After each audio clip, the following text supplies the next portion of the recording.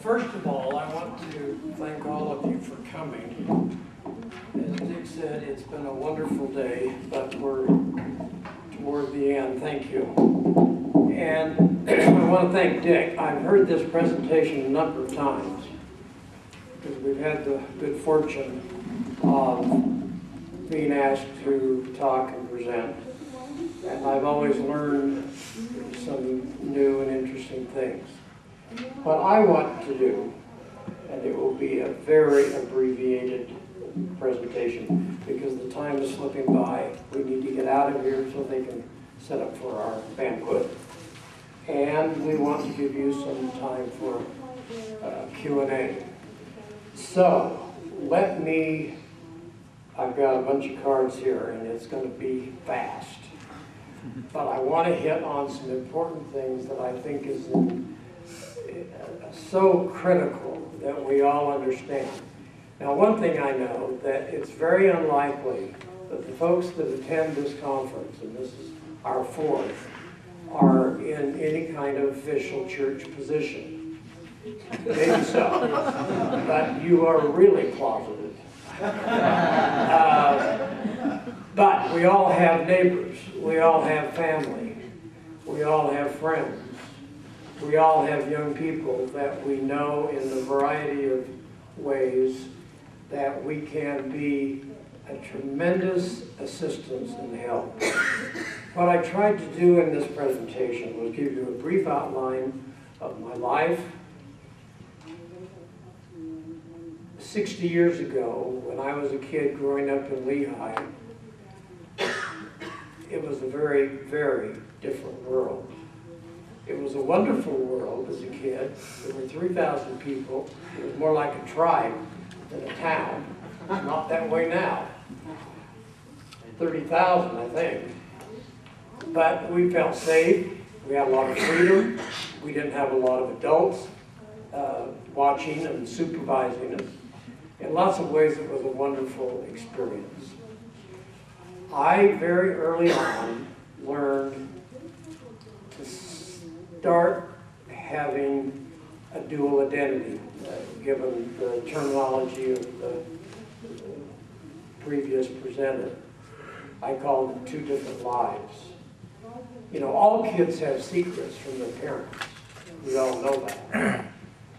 But I deepened that because I was so confused by many of the feelings and the things that were going on. I was one of the sissy boys. I'd come home from school crying because I didn't know how to throw a ball, except like a girl. And I didn't know how to hit a ball, and frankly, I didn't want it. And I was teased. And it was not easy, but I didn't know what was going on. Back then, in the 40s and 50s, there wasn't language that we have now. And certainly my parents and grandparents that I lived with, my dad died when I was 6, so we moved to Lehigh, my mother and I, to live with my grandparents. Sex was not talked about at all, let alone homosexuality. I think if I said homosexuality to my grandparents, they wouldn't have a clue the past, but they wouldn't know what I was even talking about. So it really is a different world. What I want to emphasize is that while the experiences I had were unique to me in a lot of ways because of when I grew up, a lot of the things that I experienced are very likely the same kinds of things that a lot of other gay and lesbian young people in Mormonism and in our culture are experiencing. First of all, there's one big difference, and we talked about it in other sessions. They have the internet. They can get information that I couldn't get until I was a freshman at BYU, and I snuck out some books at the library and read about homosexuality. And it talked about, first of all, it was a mental illness in those days. People could be institutionalized and were. And the other was that men would hide in bushes and jump out and molest little boys. And I read that and I thought, I don't hide in any bushes. I don't want to molest anybody, certainly not children, or hurt them. But that was the level of understanding. Now that's changed a great deal, fortunately. But the thing that I want to emphasize is that I learned very early on to hide and keep under surface many of the things that I was feeling. Think back when you were a child and would go to the Saturday matinees. And it was, well, in my day, Roy Rogers and Gene Autry, so that dates me. But I was always watching the men. And when there would be a musical and the chorus would come on, guess who I was always looking at? One of the girls. Even though they were very attractive, and you know, I can understand why boys would get excited, but it was the men. Well, I didn't know what to do with that. And then when I got to be a teenager, I got in such a conflict because of it, and lots of reasons I won't go into. I became one of the best little boys in Lehigh. The kids used to call me Pope Paul. And it was because I really wanted to be very righteous.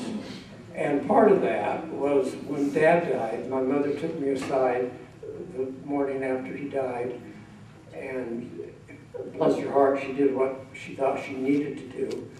They'd been married in the temple, and so she told me that if we would be good, if we would do the right things, follow the teachings of the church, we would be together again in heaven with my daddy. That's pretty powerful for a 6-year-old. And there were some other things that went on that I won't go into. But anyway, I started to hide. I hid from myself in many ways. One of the things that Dick didn't mention, but we've talked a lot about, is people that are gay accept all the homophobic stuff that the culture and the church puts out, just like everybody else. And so when we begin to realize that, hey, we're not heterosexual, we do have homosexual desires, that coming out process has to begin in your own heart and mind before you can begin to move out to other people. And it isn't easy. I graduated from high school, went to BYU, same old story. It's kind of like an obituary that you read off in Salt Lake especially.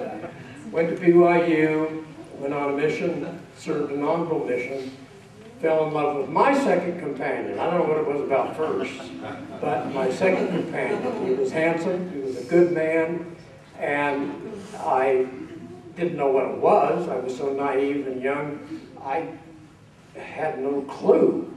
But as I look back after all these years, he was the first person I really loved. Well, he was straight, and that's very common too, for gay men to fall in love with straight men. And I went and confessed to my mission president, and he kept me there. I really thought he might send me home, but he didn't. And eventually I became an assistant to the second mission president that came along. So I got an honorable release.